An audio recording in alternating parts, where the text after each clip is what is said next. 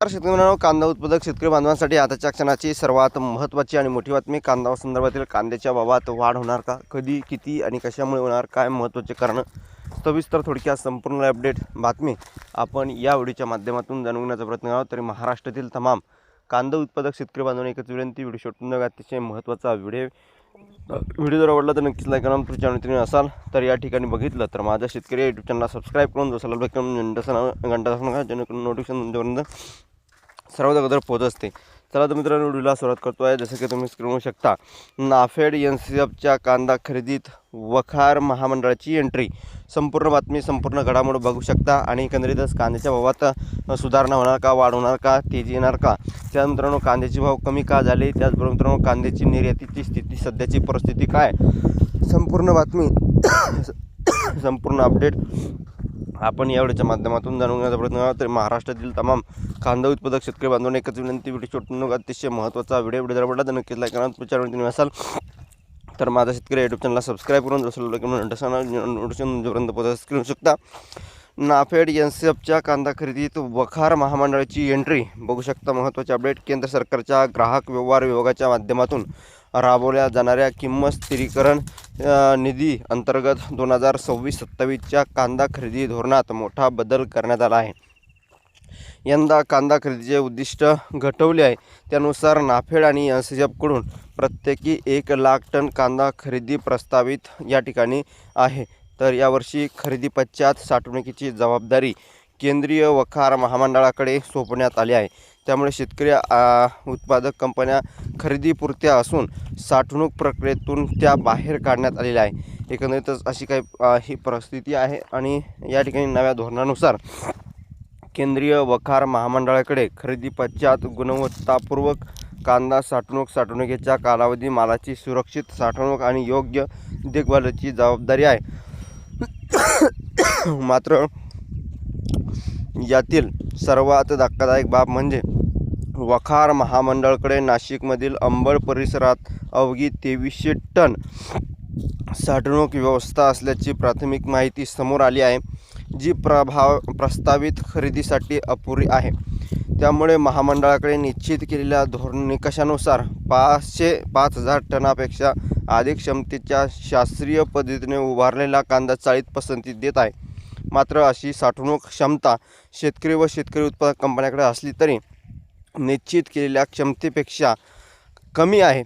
त्यामुळे आता निफाड, चांदवड, देवळा आणि मालेगाव तालुक्यातील व्यापाऱ्यांची खाजगी गोदामे भाड्याने घेण्याच्या तयारीत आहे.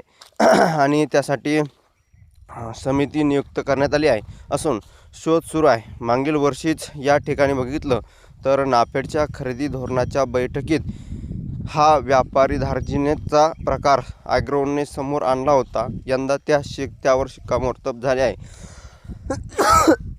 आणि शेतकरी कंपन्या पद्धतशीर आहे. गेल्या काही वर्षात शेतकऱ्यांनी एकत्रित शेतकरी उत्पादक कंपन्या स्थापन केल्या.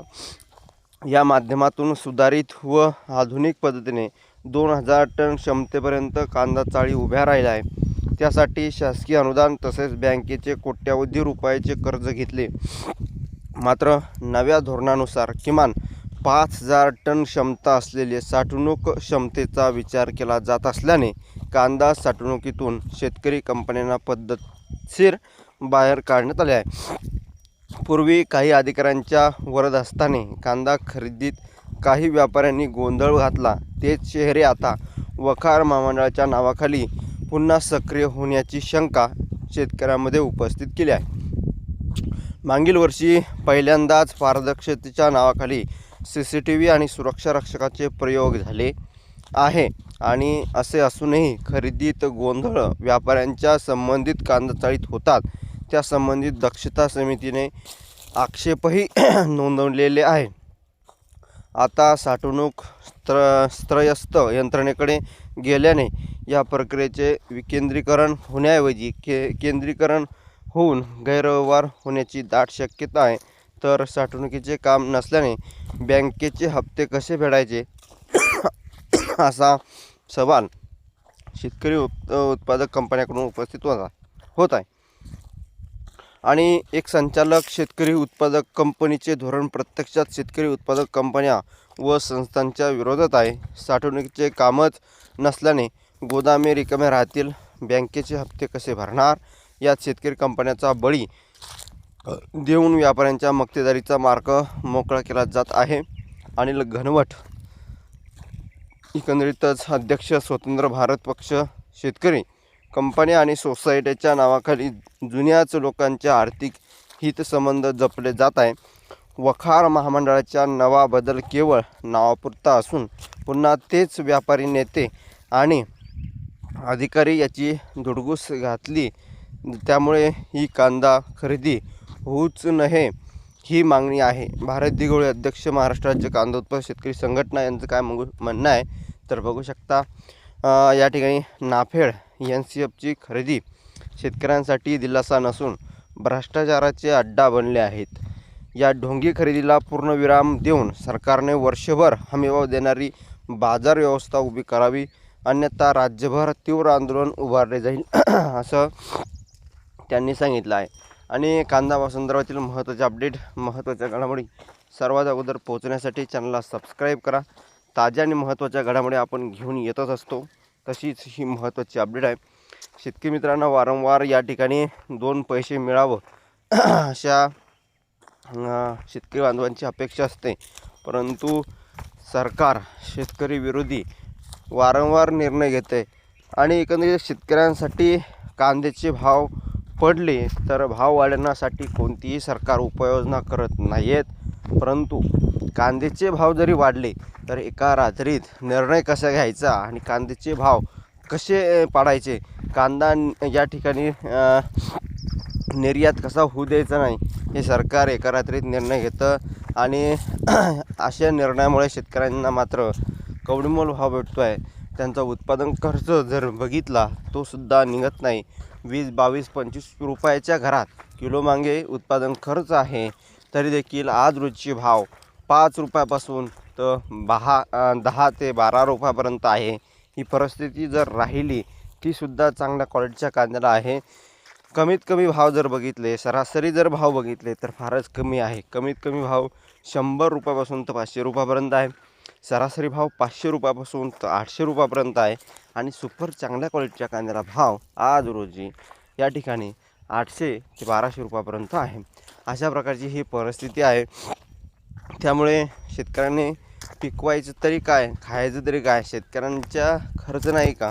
शेतकऱ्यांच्या कांदा पिकाला जर उत्पादन खर्च निघत नसेल, असा भाव असेल, त्याने मुलाबाळाचे शिक्षण, त्याचे जे काही योजना आहे, त्याला जीवित राहण्यासाठी ज्या काही लागणारा खर्च आहे, त्याच्या मुलामुलीचे लग्न बघता शेतकऱ्यांच्या पदरी फक्त आणि फक्त निराशाच उरलेली आहे, वस्तुस्थिती आहे. त्यामुळे येणारे दिवस फार शेतकऱ्यांसाठी बिकट परिस्थिती आहे.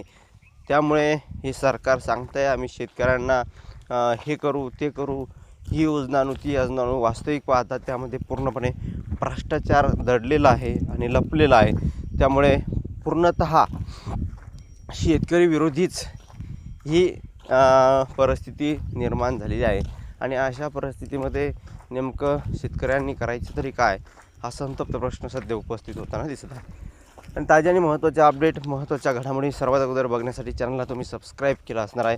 तर अशा प्रकारच्या महत्त्वाच्या अपडेट आणि शेतकरी बांधव वारंवार आमच्या मालाला, आमच्या कांद्याला भाव द्या असं वारंवार ओरडूनही शेतकऱ्यांचा विचार जर या राज्य सरकार, केंद्र सरकार करत नसेल तर यांच्याच जीवावर, यांच्याच मतावरती निवडून येतात आणि शेतकऱ्यांना मात्र कवडीमोल भाव एकंदरीतच भेटतो आहे. ही परिस्थिती निर्माण झालेली आहे. अशी होती महत्त्वाची ही अपडेट. जास्तीत जास्त कांदा उत्पादक शेतकरी बांधवापर्यंत हा व्हिडिओ नक्की शेअर करा. व्हॉट्सअप, फेसबुक आणि सोशल मीडियाच्या माध्यमातून नक्कीच ही बातमी शेअर करायला अशी आशा आहे. धन्यवाद मित्रांनो. माझा व्हिडिओ शेवटपर्यंत भेटूया माहितीपूर्ण कांदाबद्दलच्या अपडेट्स. तोपर्यंत तेच थांबतो आहे. जास्तीत जास्त महाराष्ट्रातील तमाम कांदा उत्पादक शेतकरी बांधवांना एकच विनंती आहे, व्हिडिओ शेवटपर्यंत अतिशय महत्त्वाचा व्हिडिओ जर आवडला नक्कीच लाईक करा, चॅनलला सबस्क्राईब करा. आणि यानंतरच्या व्हिडिओमध्ये महाराष्ट्रभरातील बाजारभाव आपण बघणार आहोत. तर भेटूया पुढील व्हिडिओमध्ये अशा काही माहितीपूर्ण कांदाबद्दलच्या अपडेट्स. तोपर्यंत इथेच थांबतो आहे. जय महाराष्ट्र, जय शिवराय.